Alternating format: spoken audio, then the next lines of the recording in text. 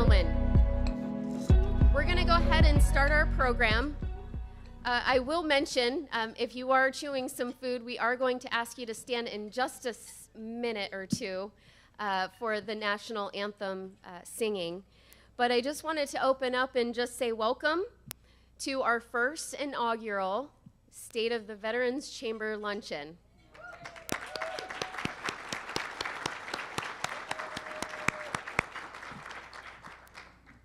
I'm tired, but I'm excited about what we're about to talk about today and share with you and all the success that we've had. I've been telling my team for probably a couple of months now, and anybody else that will listen, that after this week has ended, I'll probably sleep till January to prepare for the next year. But it's just been an amazing, amazing year for us, and we couldn't think of a better week to share with our partners, our community, our veterans, the military serving, our entire network of partnerships that we've built over the last year.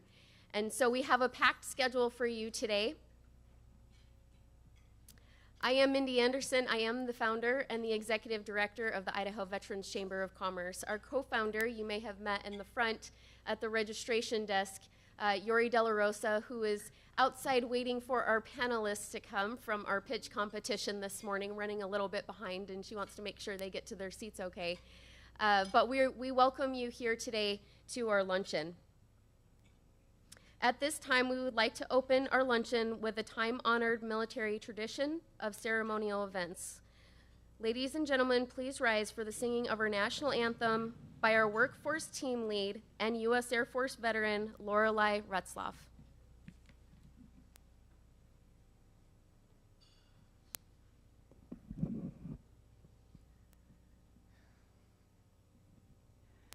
Oh, say, can you see by the dawn's early light what so proudly we held at the twilight's last gleaming, whose broad stripes and bright stars through the perilous fight o'er the ramparts we watched were so gallantly streaming, and the rocket's red glare, the bombs bursting in air, gave proof through the night that our flag was still there. Oh, say, does that star-spangled banner yet wave o'er the land of the free and the home of the brave?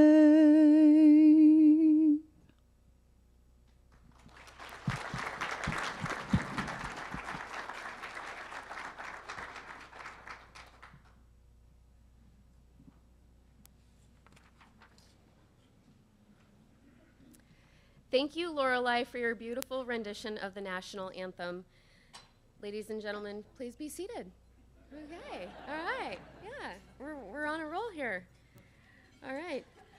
Before I continue on further with our program, I'd like to take a moment to ask our board chair, Jessica Kofod. Where is she? She's here somewhere. Jessica, there she is, to come forward with your opening remarks.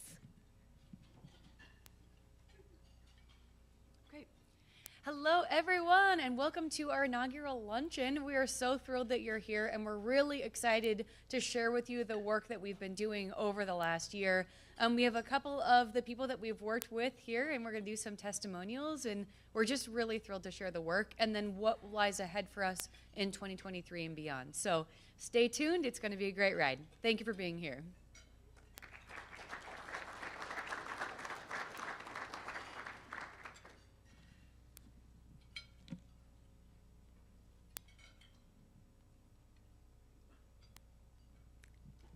To be on, I guess. Oh, there we go. So I'd first like to start off by just introducing our team. I introduced myself and our co-founder and vice president. Yori De La Rosa is actually a military spouse of an active duty retired member from the Idaho National Guard. And then myself, I just retired in June of this year. Yes, thank you. I still don't feel retired though. And one of the great things about being a part of the Idaho Veterans Chamber of Commerce is I don't think I'll ever have to worry about losing my identity or feeling like I am retired, because I'm surrounded by the military community every day, which is pretty amazing. We just hired on our marketing strategist, Brian McKinney. She's over here. You may see her floating around, taking pictures, video. She specializes a lot in PR content, writing, some design. She's doing a lot of our social media marketing outreach and working with news press releases and trying to get us prepared for 2023. And then we have our mod, Todd, who's also over here, being a sergeant at arms. He's actually a SkillBridge intern. It's a program, for some of you that may not know, active duty service member can come and work in an actual company for 6 months prior to them leaving the military. So he retires in March, and he's been with us since October, and he'll be with us supporting the chamber and continuing to help us grow, which is just an amazing program. He's learning a lot, he's seeing a lot, he's getting exposed to a lot of different things. And so we're just thrilled to have him.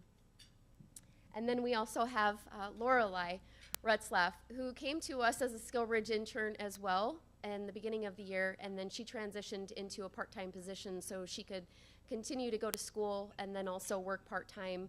And she's been an amazing advocate for workforce support. I'm sure there's probably employers in here that have conversations with her on email or phone calls, and if you haven't met her, please do before you leave. But she's been really the pillar for our workforce launch of our navigation services, and she's done a lot of groundwork.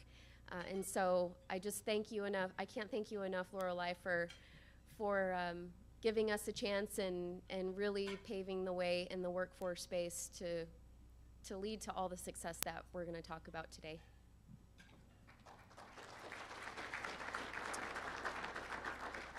So I thought it would be good to just share what our mission is at the Idaho Veterans Chamber of Commerce, because a lot of times we get some confusion about us being a Chamber of Commerce. We are a nonprofit 501c3. Just like we are in the military, we like to do things completely different than our civilian counterparts. And so I thought, why not, follow that suit and do something completely different? With the Chamber of Commerce model, when I started looking around at some of the struggles I had in the military, whether it be from my active duty time transitioning to the Guard or being activated in the Guard and then going back into the community and bouncing back and forth, I continuously found that I just did not have a network to bounce to. I had a great military family community, and that was my network. Unfortunately, they couldn't always help me with getting the jobs at the state or getting the jobs at St. Alphonsus or getting the jobs, because we're just so tight-knit that it can be challenging for us to go outside of our circle and find those resources in the community. And I didn't want to be just specific to businesses. I wanted to be all-encompassing, because in the military we have one building and we have all of our coordinators in one building, and when we need something, they holistically support us in each of those areas, which is an amazing model. And it can be a struggle when you go out into the civilian community and you have to use Google to figure out where all the resources are at, right? Where's the 208 numbers that are in the community that are going to help me get connected to what I need? Go to school, start a business, use my VA home loan benefits, and find good mortgage brokers and realtors that know how to process VA home loans. Workforce is a huge barrier for military community, because a lot of the terminology doesn't translate, and a lot of the jobs, when we're in the military, you don't get called colonel director of something, but you're served as a director, and so it's hard for us to navigate how do you translate what we did in the military to what we did in the civilian sector. And oftentimes, unfortunately, we find people underselling themselves when they've done some amazing work in the military.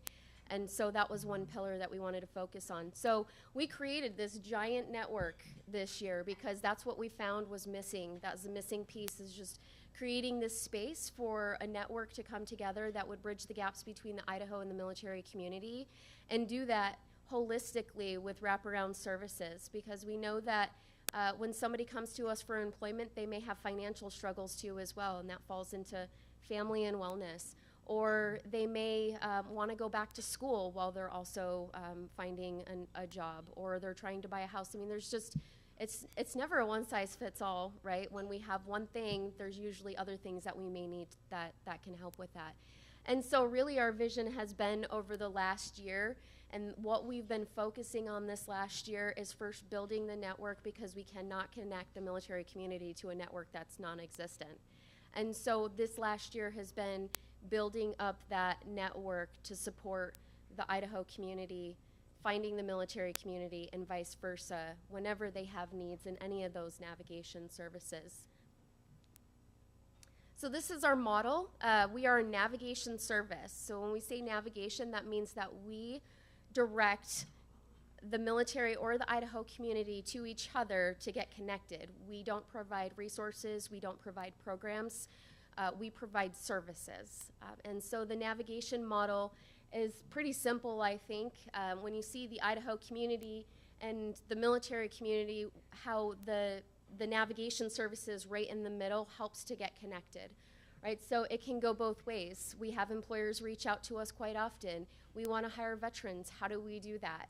And we say, let's connect you with one of our navigation team leads, or one of our specialists to figure out how to get you connected to our network. And then we connect them to our career seekers that we have on the other side, that are in the pipeline trying to figure out how to find an employer.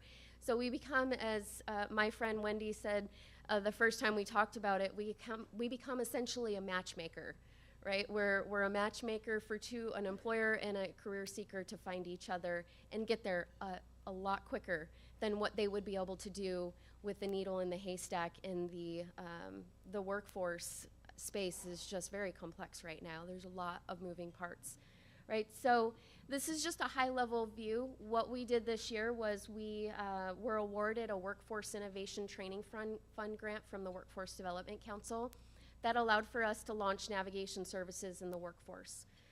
So we're 100% right now.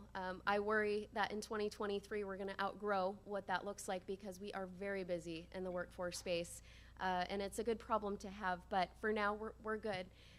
But we're 100% funded there. Education, we're not so much funded there, but education, some of the things we do supports our workforce initiatives as well. So I'd like to say that 25% of what we do supports our navigation services and education, because we are helping people to get connected to certification programs, apprenticeship programs, different things that can help them get connected to jobs, right? That ultimately leads to workforce.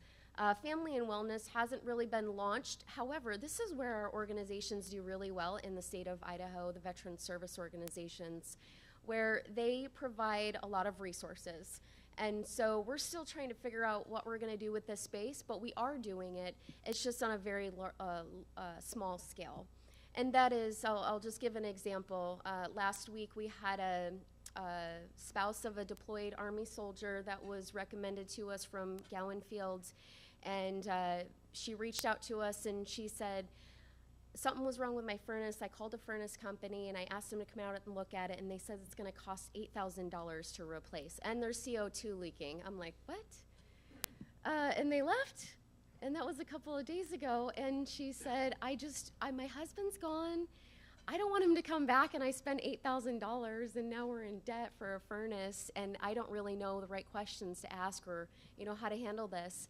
So we reached out to our housing committee chair and said, who's the good furnace guy that we have, that we keep in our Rolodex? And he sent me their name, and I called them up, and they went right out because they said CO2 leaking. What? That's not good. You've got 4 kids at home. Went out and said, you just needed a replace of a filter. We took care of it, and we're not going to charge a service charge for coming out here. It has been resolved, right? So that's where we just made the quick connection to make sure that our military member's family was not, getting taken advantage of potentially, right? So there's some things we do in family and wellness. It's just not structured. When the call comes in, we definitely reach out to our resources. And then we have our housing, which is about 5% funded from our general operating expenses that we've raised. And we're going to talk a little bit more about what we do in the housing space. And then our entrepreneurship. We were awarded the Hub and Spoke Model Community Navigator Pilot Program grant with our friends from the SBA and several other organizations, which we'll see here soon. So we're 100% funded in that area. But again, we're quickly outgrowing the capacity of what we can handle with just a little bit of funding that we've gotten in the first year. And so next year, we're going to have to start looking at how do we increase our ability to support the communities that we're serving. And then through our navigation model, we do a lot of workshops and education, but not myself, because I'm not an expert in everything and anything that's out there. We like to bring in all of the experts and talk about specific subjects. So we're just a network where people can come, they can collaborate, they can provide their information, and we can make sure they're getting connected to the resources that are out there. So these are our membership report out numbers that we have. So currently right now we have 435 individual members. That's free, always will be, for our military that have transitioned, veterans, military that are transitioning, and military serving too as well.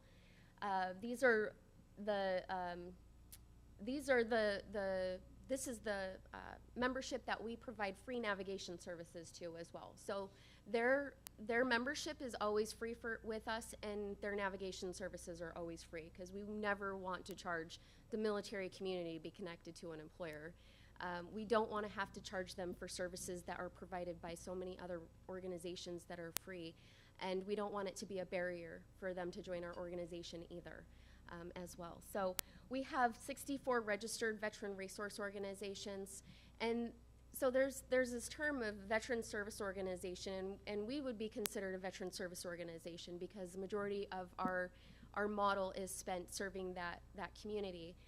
But we created this veteran resource organization membership so that our veteran service organizations and nonprofits can join us for free and get their information out on our website, so that their resources are always available at the fingertips of our communities that need them, right? So it's not only those veteran service organizations, but it's nonprofits like Women Children's Alliance and Idaho Business for Education, and different organizations that are also in the civilian community, because not always is there resources in the veteran service organization community for all of the different types of a military community member.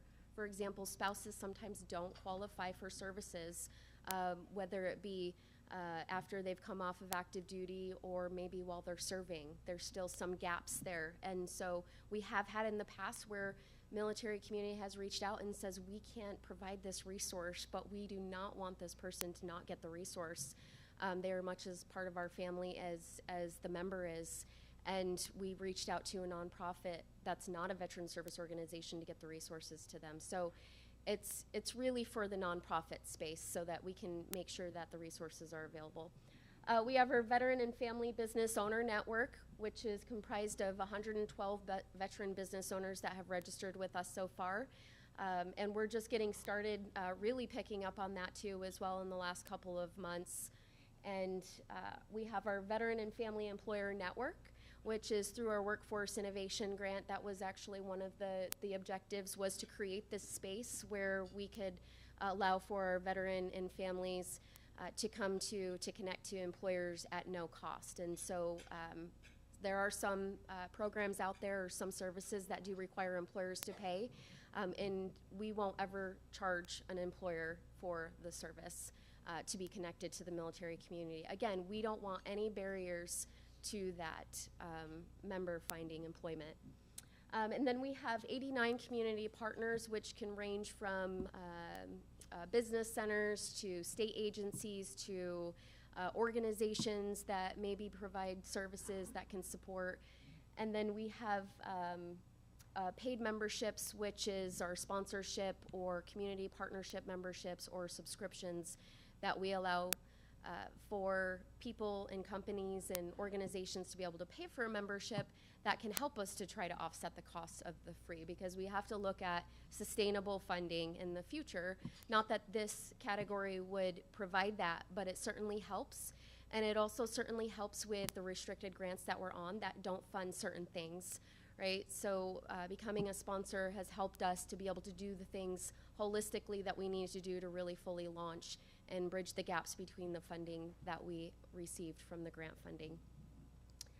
And I do want to say we have gotten a lot busier over the last couple of months, which that leads us to think that we're going to get pretty busy in 2023.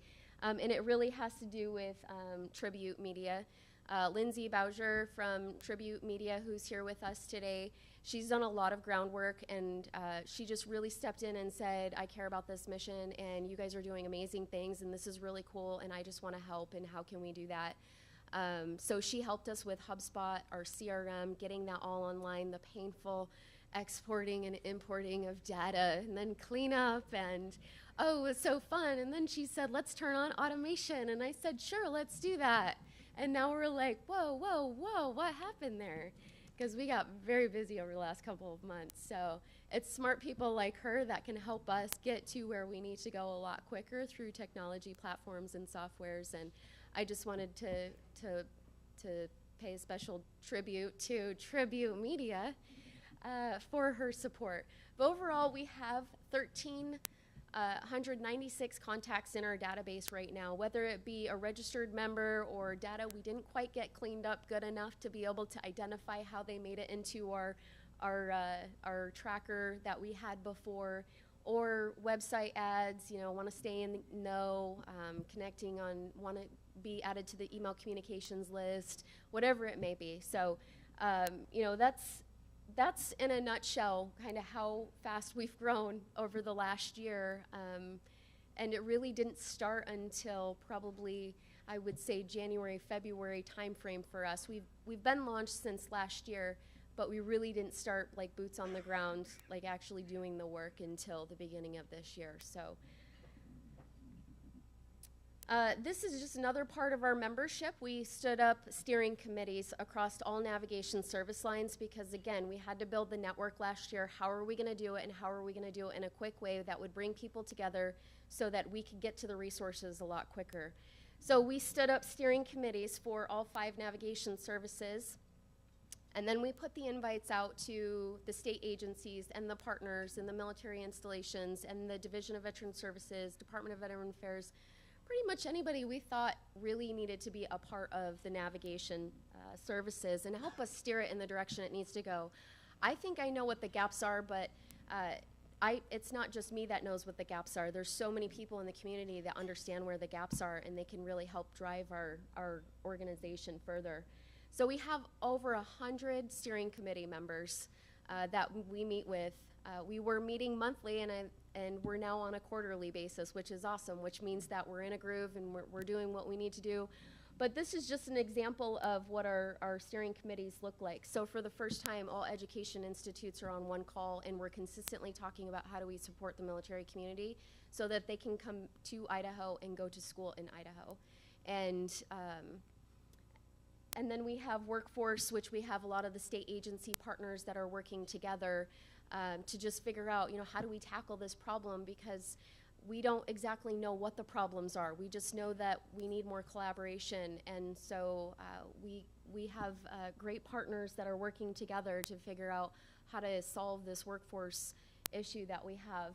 Entrepreneurship, this is really made up of a lot of the business resource centers. There's lots of those. When we got the grant from the SBA, when Diane Bevan reached out to us and said, would you like to be on this grant? It's a community navigator pilot. And I said, yes, of course, that's exactly what we do. We are navigation. So we had actually started building out the model for navigation before we were asked to be on the grant, because we identified, from myself trying to start a business, there's so many resources out there. And I remember being on a call in the SBA saying, okay, no more resources. We've got tons of resources from the pandemic. We just need navigation now. We need somebody that's going to help get to those resources. And so entrepreneurship is made up of a lot of resources. And then housing, that's a little bit of a variety of things, and you'll see when we get to that why we have such a variation in what we have on the housing committee, because we tackle both home repairs and we tackle helping people get into homes using their VA loan home benefits. And then our family and wellness, which we're still trying to kind of work through that one. But this is just a snapshot. This is also our network. This is probably our most effective network that we have right now, because we all know each other. We're all connecting with each other. It's nice to be on an email now where multiple people are getting copied on, I met with this business owner, and I think all of you would benefit from supporting them. It's easier for us to connect now. It's just been a really great way for us to establish that network that we really needed to have, and having all the resources at our fingertips now. And so in 2023, we have some big goals. We've got some things that we want to accomplish. And then we just installed, we're going to install today, we just appointed some more new board members, and these are all of our board members that we have. We started out with 4, and then we have grown now to 15. So we're pretty excited, and these board members are all over the state of Idaho, which is really what we need for moving forward to try to get out to the communities all across the state of Idaho. So I'm going to talk to you a little bit about our workforce, SBA grant. And just give you a little bit of an understanding of what we're doing in the entrepreneurship space with our navigation services. So this is our hub and SPO model, and you can see that there's several SPOs that we get to work with all across the state of Idaho. This really is a significant diversity initiative that we've taken here in Idaho, and really when we look at all the other hub and SPO models that are piloting across the country, there's not many that are like this, if any at all. I'm not sure. Shannon's shaking her head no, so not as successful. All right, well, we're winning. Awesome, thank you. Yeah, so we're partnering with a whole bunch of different organizations, which is really great, and we're really collaborating and trying to figure out how do we support each other moving forward, and the ecosystem that's growing so fast in the state of Idaho. So these were our goals for our Community Navigator grant that we set internally, not necessarily set by the grant itself. We do have metrics that we report on, but these were the things that we identified early on in our research phase of, what do we need to focus on. When we put our focus groups together before they became steering committees, these are the things that we kind of flushed out and said these are the goals that we want to tackle through our launch. So goal 1, increasing veteran, disabled, and women-owned veteran service verifications and certifications, because it's a very complex red tape process to try to get registered to do business with the government, and it can be overwhelming, and a lot of times it leads to, forget it, I'm not going to do it anyways. And there's a lot of money out there that our business owners could be taking advantage of, but they can't because of so much red tape, and it's really hard to navigate that system. Host and facilitate workshops, which we're doing really well. Our partners have really stepped in, and they've been hosting some great workshops. This week we had several. It's kind of a culmination of all of our entrepreneurship workshops, and it's just been amazing having those available and seeing how hungry our veteran and spouse business owners are to learn this information and be able to do something with it. Providing HR services and support in the military. For those of you that have been in the military or are in the military, we don't have HR, we are HR. There is no HR office that we get to go to and say, can you handle this for me? We handle everything on our own, and so HR is a huge learning curve for our entrepreneurs when they're coming out. They don't know how to write job descriptions because the Air Force writes them for you, right? The competency checklists are all things that are already provided. They're all regulations. They're all set in stone. There's a checklist for everything in the military, right? And then you come out and try to be a business owner and hire people and don't know the first thing about how do we even hire people? How does that even work? So we're trying to help there. Legal services and business risk assessment. We had a couple of years ago, we had one of our veteran business owners early on when we started. She was in jeopardy of losing her business, her patent, and going bankrupt from a lawsuit for potentially, legal matters that may have been resolved if there was something that she could have done prior by seeking legal counseling, right? And so a lot of times our business owners think that legal is, it's okay, it's too expensive, I can't afford it right now, but it will cost you a lot more in the long run if you're not doing that legal advising in the beginning. And so we have been providing resources for our veteran business owners to get a couple of hours of free services with legal counselors within the community. Gravis Law is one of our partners, and you'll hear from Ruben today. I don't know if he's made it over here yet, but there he is. Hi, Ruben. Welcome. And so he's been helping with just doing some initial consulting hours. They've been really great at meeting with our business owners and just helping them to understand what they need so that when they do need to ask for legal services, they can be a lot more direct and not waste a whole bunch of money on things that they think they need, and instead get to what they actually need and get there quicker. We provide some marketing services and support. Again, another thing the military community does not get any exposure to. We don't do any marketing whatsoever in the military. Maybe we create some fun flyers for like the barbecue that we might be doing, but nothing as large scale as what we see when it comes to being a business owner. Building our directory, which we've done really well, and then our diversity supplier network. We've had several companies that have reached out to us, large companies and small, and say, I want to contract with veteran business owners. I just don't know how to find them, and our process is a little complex, but how do we get them in our diversity supplier system so that we can do business with more of the military community in the state of Idaho? And so next year is actually, this is one of our big launches for year 2, is to focus on bridging the gaps between how do they sign up for the e-marketplace to sell their product to the military installations, and how do they do more business with the government in the state of Idaho, and how do they find Idaho-based companies and tap into their supplier systems so that they can get registered and figure out those processes. And local, city, county, state, I mean, there's just so many opportunities that we could potentially be helping to just bridge the gaps. And I'll talk a little bit more about that in our year ahead.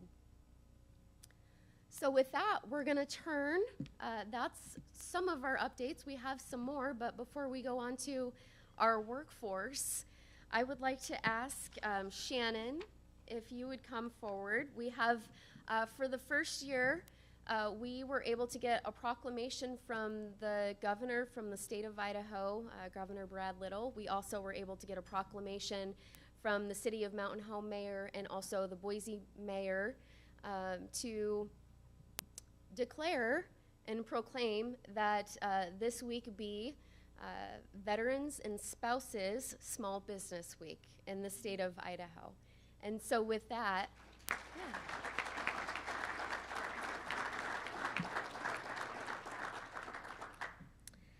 With that, I'm going to ask our mod if he wouldn't mind coming up front. Well, you're almost there, sir.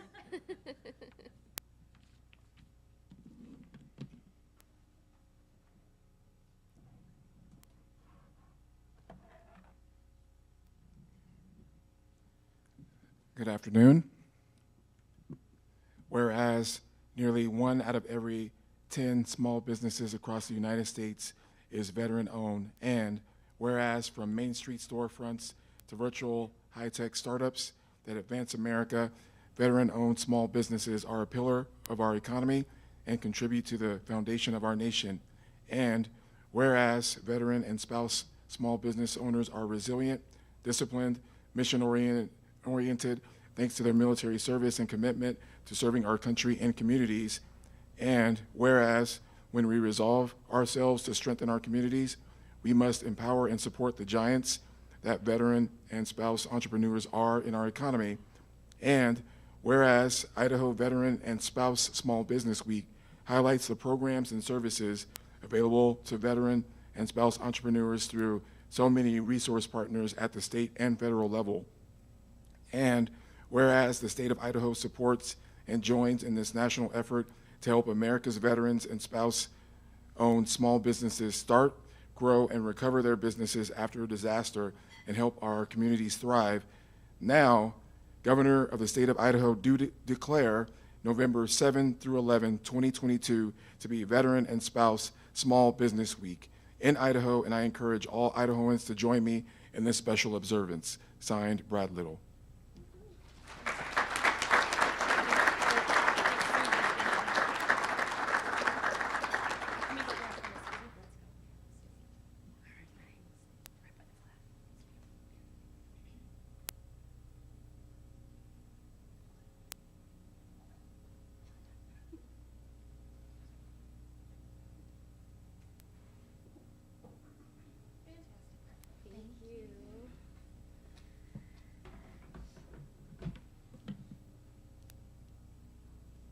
All right, where did Armand go? There he is. Yes, sir. Now I'd like to transition into, we're going to talk about workforce. And before we bring Lorelei up to talk about workforce, Armand is going to speak to you about his experience with SkillBridge since he's been with us. First of all, I'm definitely appreciative of this opportunity to, come forward and speak about my experience. I first PCS'd here to Idaho about 1.5 years ago. I was stationed in Italy at Aviano Air Base previously. So for me, being PCS'd here was definitely a change. But upon my arrival here, after about 6 months, I decided to go ahead and hit the button and begin the process for retiring and transitioning. And I reached out to several organizations, including the Idaho Veterans Chamber of Commerce, and with the chamber, received a response pretty much right away. Began email correspondence, actually ended up having several Zoom meetings, particularly with Lorelei, also Mindy as well, guiding me through the whole process, assessing, okay, Armand, what are you looking to do post your military career? And they guided me to the point where I was able to receive all the information I needed as far as SkillBridge, and I was able to go forward to my commander with my unit, the 726 Air Control Squadron, and receive approval right away. And in large part, that was due to the information and the help that I received from the Veterans Chamber of Commerce. So now I am the living embodiment of what we're here for, right? Which is to serve veterans and help us through the process. And again, I'm very, very thankful for this opportunity. The Boise community has been amazing, great veteran support infrastructure. And again, the Veterans Chamber of Commerce is a huge part of that. So thank you for your support.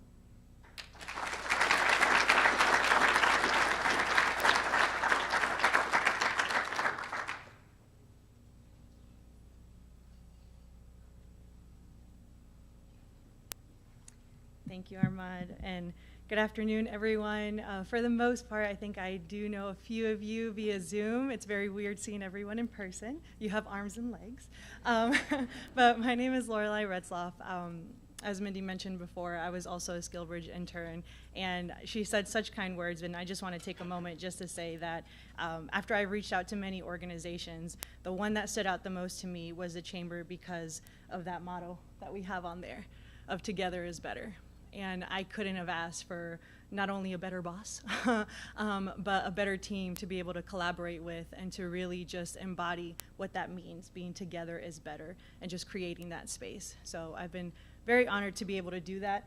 And here we have some of the goals that we have for this upcoming year. Most of them we are already in the works, especially with number 1 as far as implementation of the NDAA. We are working on our agreements on those. And with our goals to increase the employer network, SkillBridge employer network, placement for opportunities, that has all been through our community outreach. We are in constant communication, not just with our employers, but with our career seekers, and really understanding what is the need between the two and how we can bring them together.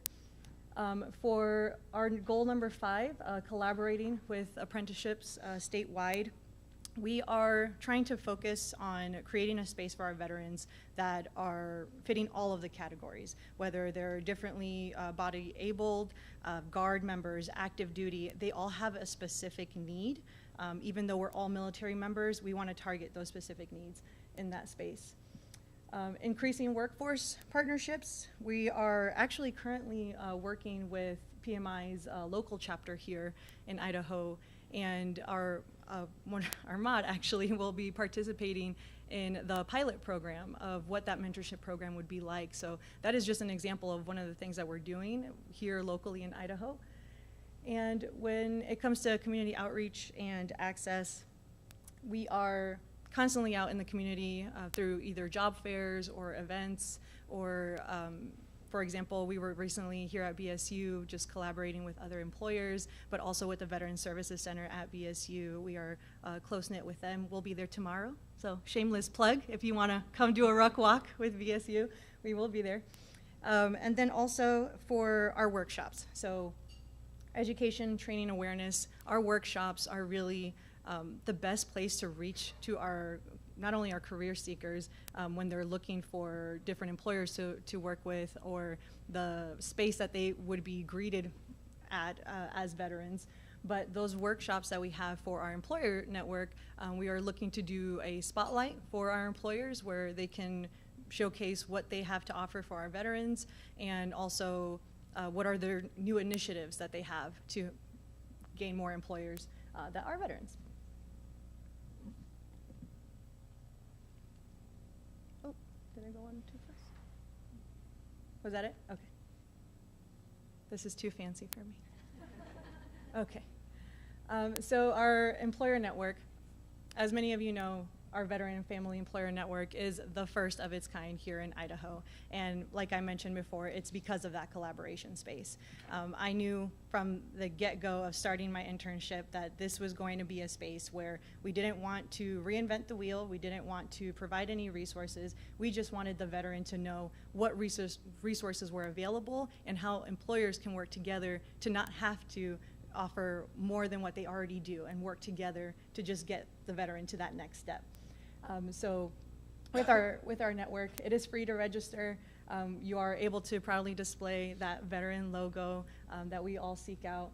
And in addition to all of that, our DoD SkillBridge opportunities, apprenticeships, and internships, we are working with our career seekers to see where they would like to be placed for SkillBridge. For example, our mod, we had other opportunities for him to reach out to expand what he wanted to do through this internship program, but he chose us, and we are so grateful that he did.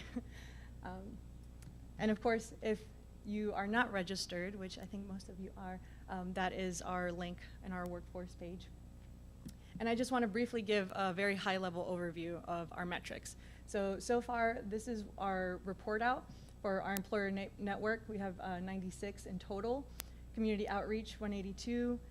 The career seekers actively supported, we have 152, and that is a variety of support. So whether that's actively working with them with active duty who are transitioning, SkillBridge members, sometimes they come to us a year and a half in advance to give you an idea. So we are constantly working with them throughout that entire process. And outreach for members who have already transitioned and are just looking to see what the next step will be. SkillBridge Network, as of right now, this includes approved, pending, and members who are looking to request more information, and we're sitting at 68. So if you have any questions on how you can get connected with our employer spotlight that we will be doing in 2023, please come to me or our mod and we'll get you connected. But other than that, that's all I have. Thank you.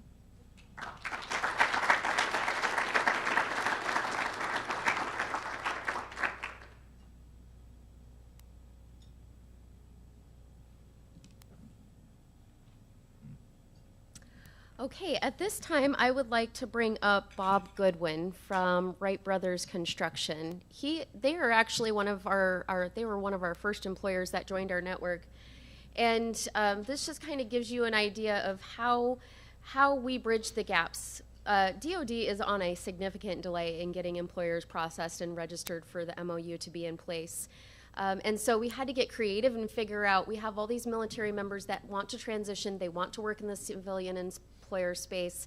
There's employers that want to do skill bridge, and the delay is getting the MOU from DoD because of the backlog, which is taking months and months. We even have one that's a year waiting. So we had to get creative and figure out how do we bridge the gap here? What can we do? We've reached out to Mountain Home Air Force Base. We talked to DoD, Senator Crapo's office, and just looking at, can we help anywhere? And we were able to identify that because we are an MOU, we have an MOU in place that we can actually be a third party for an organization. And so Wright Brothers actually has two, well, one was grandfathered in because they changed the rules before, but the second one is a third party SkillBridge member that's working with Wright Brothers, and I wanted him to just share his experience with that.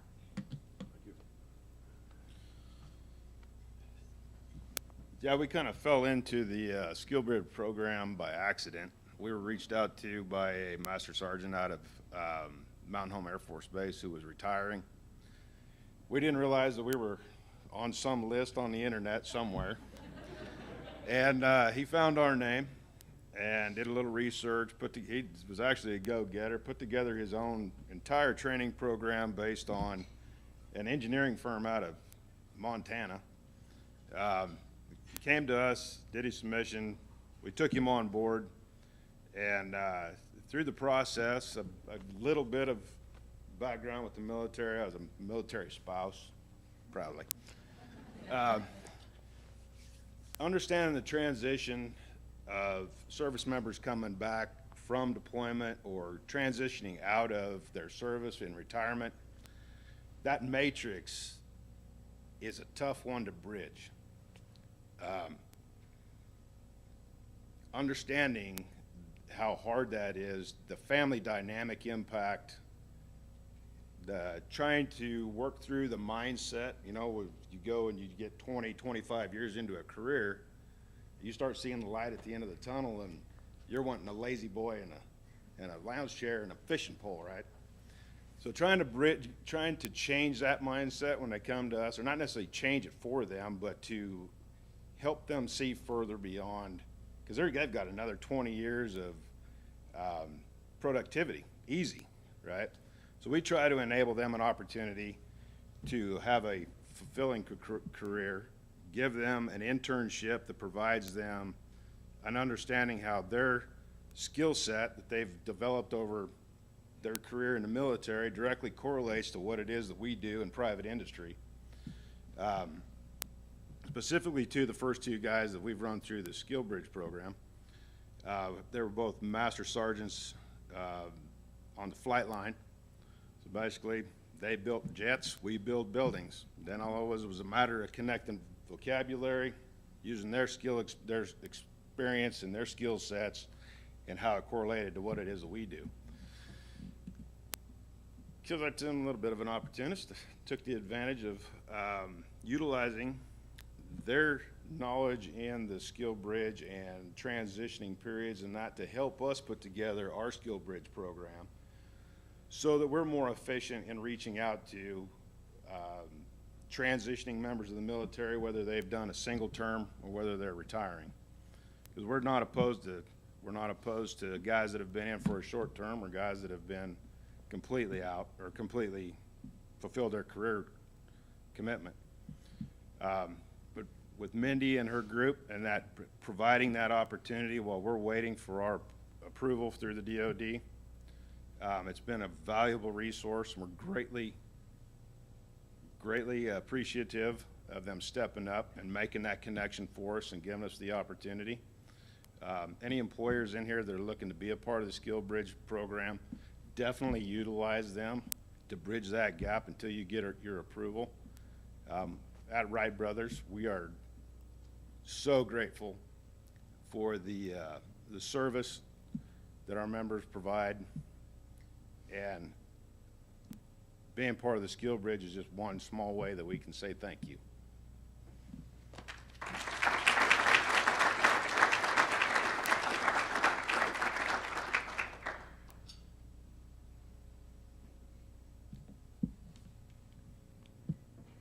Okay, so housing. We don't have navigators or staff that really can focus on our housing initiatives, and we just have two simple goals. We want to help with home repairs, and we also want to help connect our community with the housing community when they want to use their VA home loan benefits.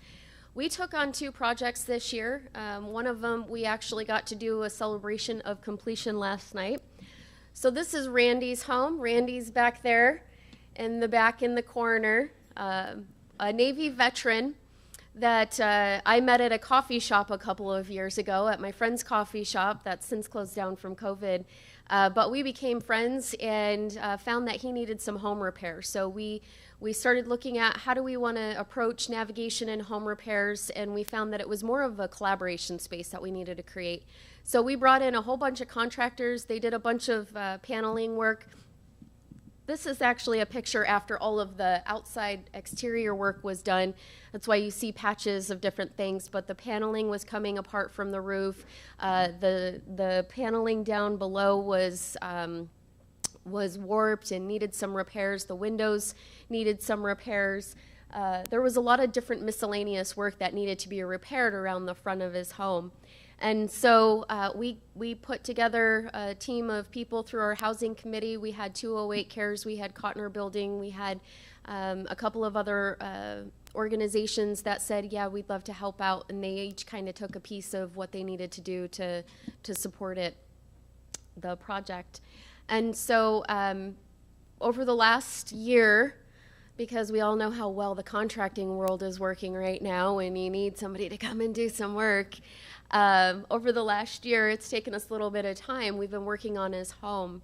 And so last night we did a celebration of completion with his home and all of the contractors, to include Habitat for Humanity, who I like to say sealed the deal for us literally by getting the paint job done.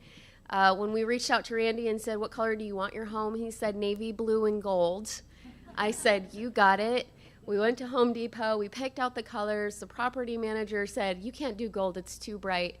And he said, fine, we'll do haze, gray, ships away. I'm learning my other counterparts' terms. And so last night we went and we took a look at his finally completed home, and this is his new home.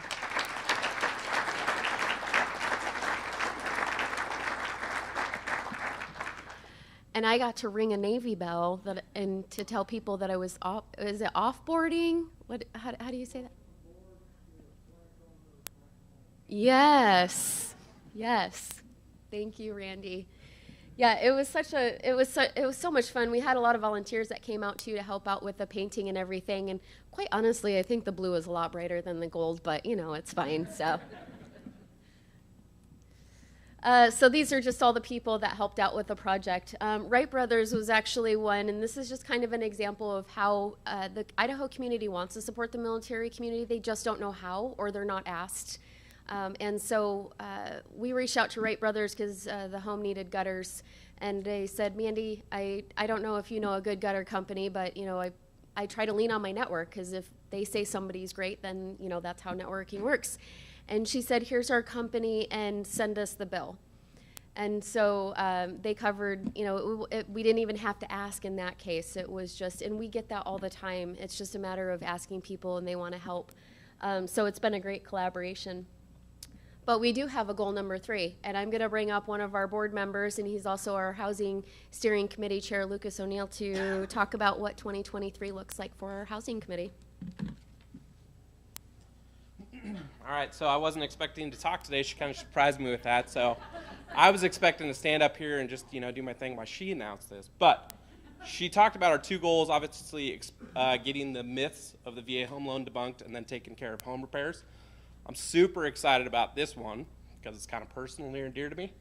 Background on me. Idaho born and raised, left for the Air Force, couldn't get out of Idaho fast enough. I thought Kuna was the worst place you could possibly live. It was 2004, you know. Did 10 years active Air Force, went and saw the world, realized Idaho wasn't so bad, came running back. I've been in the Air Guard for 8 years. 4 of those I had the privilege of spending out of gown as a military contractor. And I worked a lot with like Boise Rescue Mission, Leap, Catch, all these organizations that do homeless community outreach kind of stuff. And the veteran community is no different. The stuff you will see working with homeless veterans is stuff to watch. So those organizations are doing amazing things, but there was a piece missing, that transitional piece from going from a Boise Rescue Mission where they get them housed in big blocks to getting them like out on their own, having that autonomy. So I'm excited to announce that Mindy and I have been talking about this for 2 years, kind of building the basis and the blocks and the things that we need to do. But starting in January, we're going to launch a capital campaign for a tiny home community here in the Valley.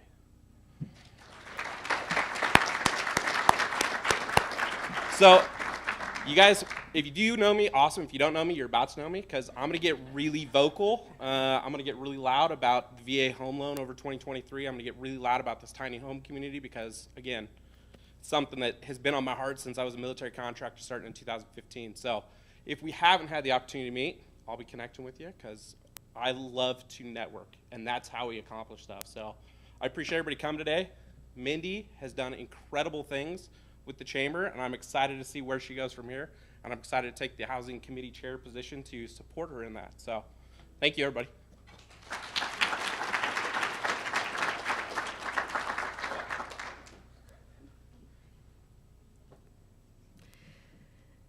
He did know he was supposed to come up here. But I did surprise Jessica. Okay, yeah, super excited about that. So lots more to come on that. You know, it's just, again, we've identified a gap, and we're just trying to figure out how do we bridge that and create that space for collaboration. All right, so education, we have some goals here. We've done some really great work in trying to help our education institutes connect together. We had a summit last year for the institutes. We're going to do another one next year to help keep up. Education is very complex in the military community, and there's so many benefits out there between active duty and guard and state and just all the education benefits that are out there. So we've really been trying to figure out, you know, where the gaps are. But one of the biggest things that we'll be focusing on the year ahead is how to get better at accepting prior learning credits for the military's training, because a lot of the training can actually be somewhat better than what we may see in the civilian community because we have rigorous training plans and steps and milestones and blocks and lots of paperwork. And so we're really trying to focus on how do we create the opportunities where we can bridge the gaps for more employers and more education institutes be able to accept what they've completed in training. In our family and wellness, we'll probably focus more on our veteran resource organizations and really continue to build the partnerships. We've worked with some great organizations over the last year. Military Order of the Purple Heart, we had a Heritage Gala. We had some recipients in attendance. It was just a wonderful event. I learned a lot. I'm learning a lot about my fellow brothers and sisters that I thought I knew, and I really don't know some of the things that people that I have served with have experienced, or those that may have been in the military. So we'll be working a lot more closer with our veteran resource organizations. And then this is just a high level of our funding, what we saw for the year. So our membership, sponsorship, community partnership memberships, 13,000. Donor engagement, we really haven't started that yet, but all you board members that just were appointed, it's going to be our focus in 2023 is to really focus on that donor engagement so that we can sustain the organization going into the future well beyond the grants, because we know grants end and we need to start working on that funding opportunities now. We had an event, we did a Putts for Patriot event. Actually, Lucas was the one that coordinated all of that with Waikin Foundation, us, Veteran Entrepreneur Alliance, and 208 Cares. And we raised $125,000 or something along that lines. I don't know, but it was a great partnership. But we're going to be doing more fundraisers, continuing the fundraisers that we're doing. Actually, not doing any more. We're good. Actually, we don't need any more fundraisers. So I'm tired. I'm napping till January.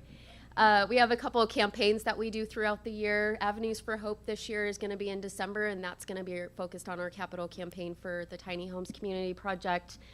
We have our grant funding from our partners, and then we have micro grants that we've gotten, and we'll be increasing those.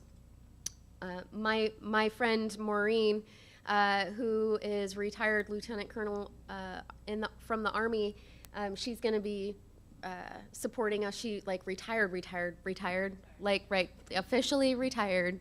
She's not going back anywhere. She's just retiring, and her favorite is vets, pets, and kids. And she said, "I'd like to support the chamber. How can I help?"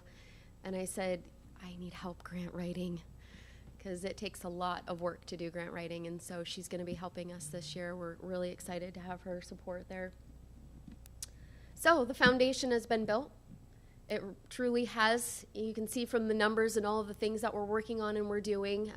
Next year is really going to be just focusing on building the partnerships, doing more good work, and really just creating the space where we can all connect and collaborate and work together, because we do believe at the Idaho Veterans Chamber of Commerce, as Lorelei said, that together is better. We get much more done, we get much more accomplished, and having more resources is better than not having any resources at all, in my opinion. And so that's really, our focus next year is to just expand on those relationships that we've built and the partnerships. We have a couple of last things that we're launching for our networks. We have our Shipmate Ambassador program that will launch out across the state of Idaho. It's somewhat of a chamber model, but just having people that can advocate for what we do out there, creating the space where we can connect and have people in the communities that maybe want to start up small areas of chambers of commerce for veterans, or what that might look like, we're not sure, but we know we need to have people in the communities out across Idaho to be ambassadors for our organization, and ambassadors not only for our organization, but just to create that awareness for the military community within their communities, because we've seen how successful that can be once you get out there and you let people know, and that there's an organization like ours they do want to support. And so our ambassador program is our last one of our last launches for our network.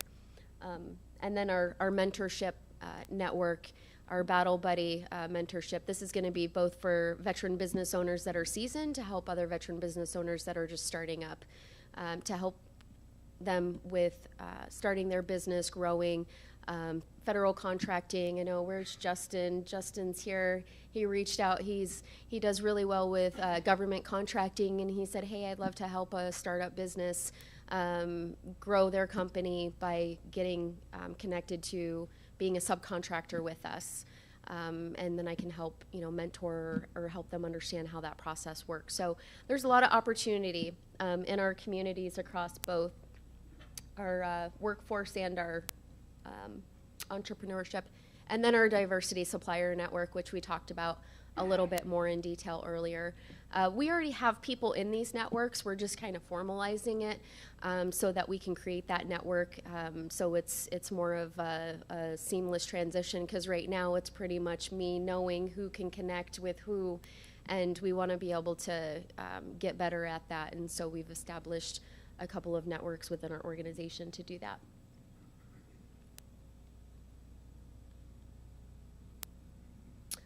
Okay, so we are getting ready to wrap up, wind down. We have a couple more things that we're going to do before we send everyone off into this wonderful Wednesday where it's nice and sunny, just a little chilly, but still nice and sunny at least. It's better than yesterday.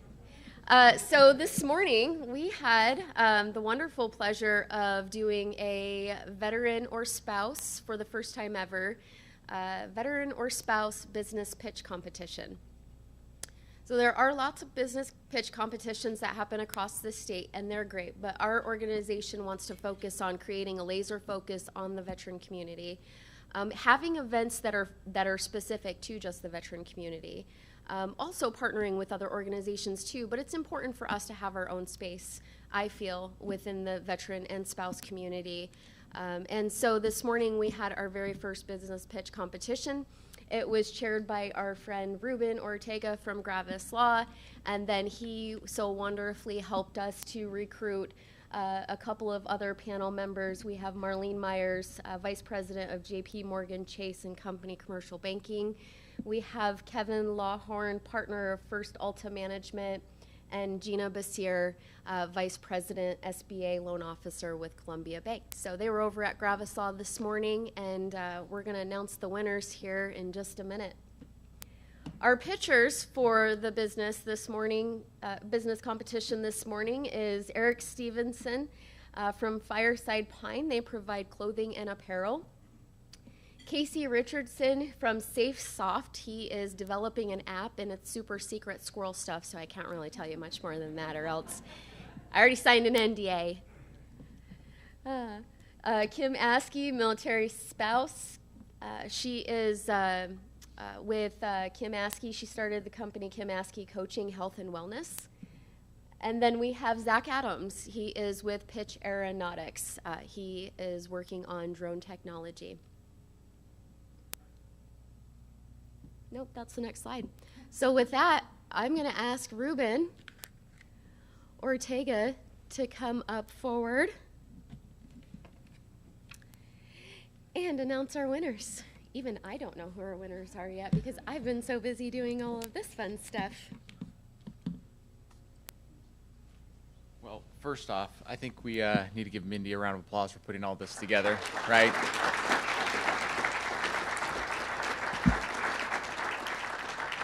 She gets up here, coordinates all this, feeds us, and never talks about herself at all and doesn't like to, so I like to embarrass her as much as possible. That's the payback. So we had a great event. This morning we got together, we asked some hard questions, we saw some cool pitches, understood a little bit about, you know, the growth and the vision that we have as entrepreneurs and you know, veterans in our community. It was awesome and wonderful. I think my understanding now, correct me if I'm wrong, there's technically first, second, and third place, or is it first and second, or just first? What do you want me to announce? Because I got fifth place. I didn't get anything. So. I was really shooting. Yeah. Yeah, yeah. So we actually have, we had more donations than we thought would come in. Yeah, can I tell the surprise? Yeah. Can I tell it? Yeah, okay. We had a surprise. So, yeah, I didn't know when we could break the surprise open, but effectively we now are able to, the first place prize today is $4,000. Second place prize is $1,500. And what the other contestants don't know, $2,000. Wow, even better. $4,000 and $2,000. And what the third and fourth place winners don't realize is there's an extra $500 for each of them just for participating this morning. So here we are. So without further ado, and more drum roll, I know we're standing in the way of other things today. So I'd like to announce first place goes to Zach Adams at Pitch Aeronautics. Thank you, Zach. If you haven't looked at the company or checked it out, really cool technology, lots of fun stuff. I think do we have a fun check or some picture we want to take up here? Do the check with everyone. Okay, cool. Actually. So let me give you the rest of the answers. The extra, we don't have 2 extra checks, so we're gonna So Zach, if you want to come up forward. Yeah, that'd be great. Come on up. And then second place goes to Fireside Pine, Eric Stevenson and his wife.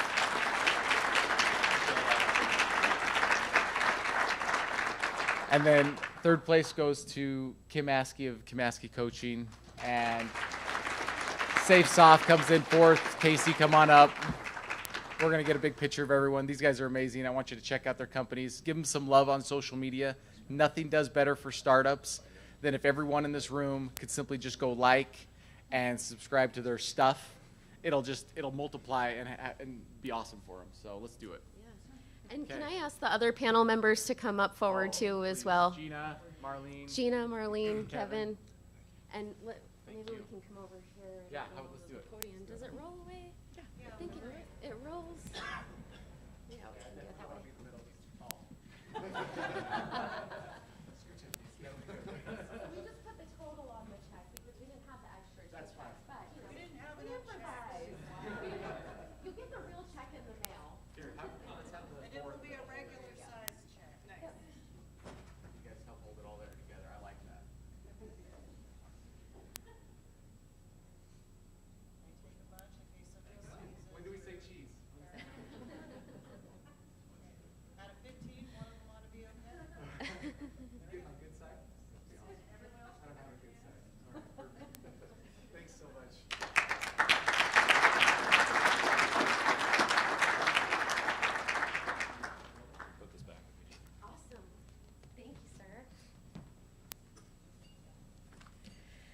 Awesome, awesome. Yes, we'll be doing more of that every year too. Another inaugural event that we were able to accomplish. So thank you to the panelists and Ruben for just always supporting my wild ideas of, I want to do this, I want to do that, and just helping me get there. So the next thing that we're going to do before we do our final ribbon cutting ceremony, because we have not had one of those yet, so that's going to be the culmination of our event, is we would like to do the board installation. So I'll ask Maureen to come forward, and then all of our board members to come forward for our installation and appointment as a board member. All right, board members, would you come forward? Isn't there like an army term for that? Get your rear end up here. Yeah. So most people have never served on a board of directors of any kind. And I've been the CEO for 2 nonprofits, and I'm on 2 boards right now. It's a huge job. And if you're an effective board, you're a super, super force multiplier for the organization. So the commitment these people are making are to lift and support the mission. So every year, there'll be the election of new members for the officers and members of the board of directors. And they are essential, they're critical to mission execution because they bring a huge variety of time, experience, and knowledge to the organization. So thank you very much for saying yes. Jessica, I know she worked really hard to fill this board. So board members are going to do the oath of office. They're going to raise your right hand, please. Repeat after me. I solemnly promise to perform the duties of the office to which I have been elected. I further promise to abide by the bylaws and policies of the Idaho Veterans Chamber of Commerce.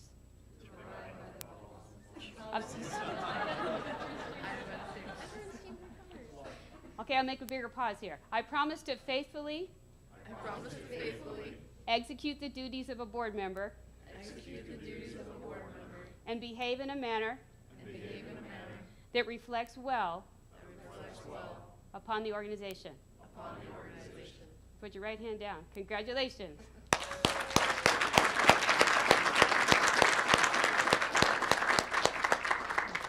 Everyone stay, because we're going to do a ribbon cutting ceremony, and if I can get Shannon and Susie, and I know Wendy had to leave from the Workforce Development Council, if you guys can come up forward as well for a ribbon cutting ceremony. And then Carmen is here. I saw her taking pictures.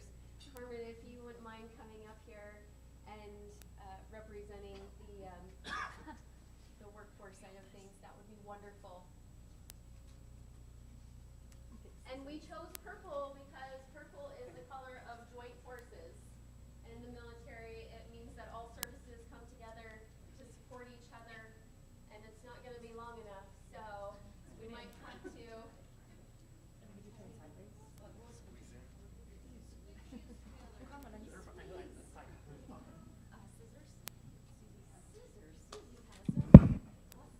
So I'll probably grab, I gotta have a mic because that's the live watch party guy. People can't hear you out there.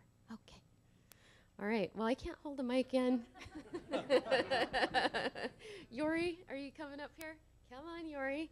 Co-founder Yori. Yes, ma'am. Okay, ready? It's our first time. Can you tell?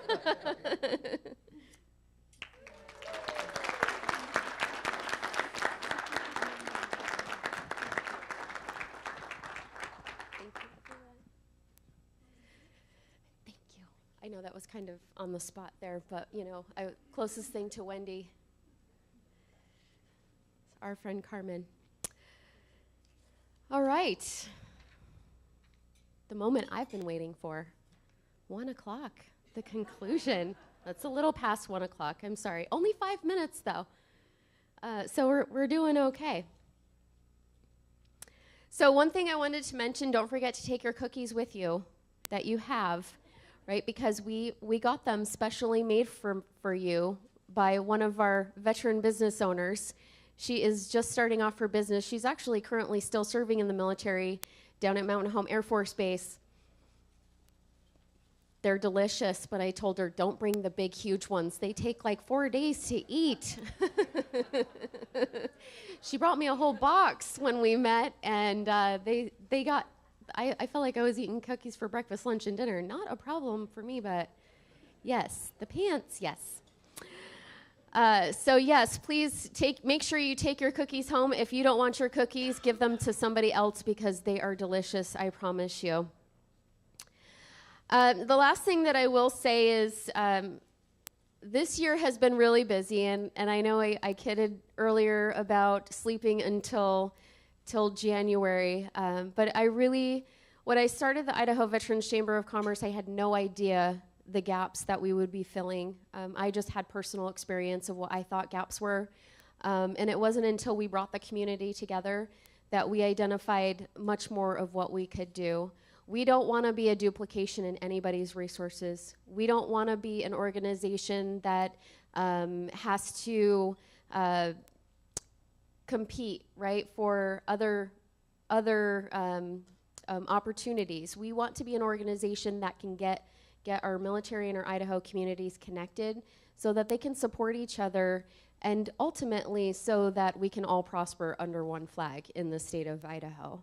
Right? As communities, wherever they may be, we have to bridge those gaps, and we can do a better job. I will say that the state of Idaho is probably one of the most, if not the most friendliest military community states. I sit on the U.S. Veterans Chamber Coalition and hear some of the issues that they may have in other states, and I just thank myself every day that I decided not to go back home to New York and stay in Idaho, and really enjoy the beauty that we have here in the state of Idaho, where there is so much collaboration and there is so much connection.